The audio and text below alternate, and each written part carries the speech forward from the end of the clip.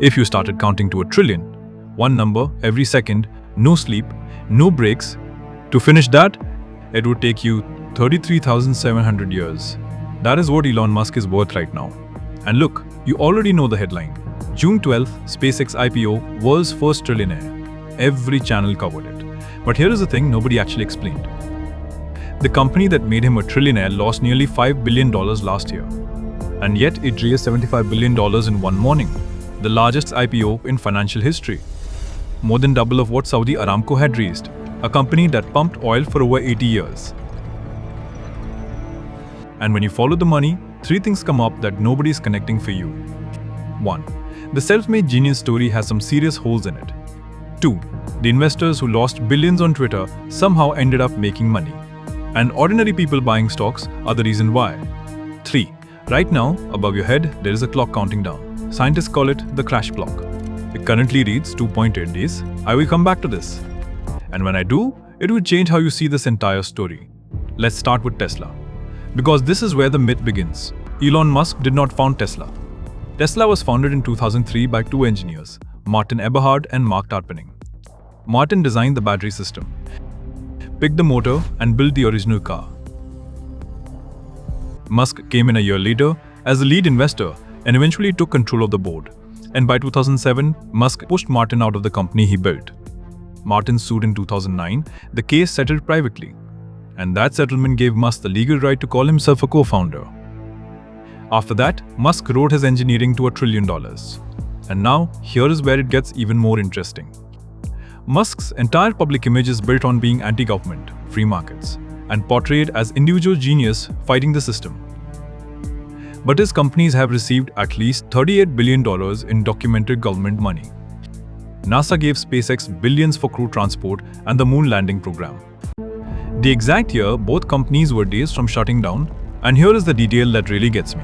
Tesla's early profits came almost entirely from selling government-mandated carbon credits to other car makers, not from selling cars. From a program the government created that forced other companies to pay Tesla to exist. That is not a free market. That is a government subsidy with better branding. He built the empire on public money, then used that empire to get himself put in charge of the government that funded him. Which brings us to the efficiency task force that was set up in January 2025. Musk, the single largest federal contractor in America, was put in charge of cutting government spending. Think about that for a second. The task force went after the National Labor Relations Board, the same agency that had opened investigations into Tesla's factories. A federal judge said there was a substantial risk. This is not efficiency. This is firing the referee while the game is still going. Now, Twitter. This one is genuinely impressive in a deeply uncomfortable way. In 2020, Musk buys Twitter for $44 billion. Total disaster. Advertisers flee. Revenue collapses. The company's value dropped to $12 billion. His co-investors, Saudi royals, Sequoia, Andreessen Horowitz, are sitting on billions in losses. So how did they get their money back? In March 2025, his AI company xAI absorbs X in a deal that values the failing platform at $33 billion. Not at $12 billion, which is what major investors valued it at, but at a whopping $33 billion. And the investors swapped their worthless X shares for xAI shares.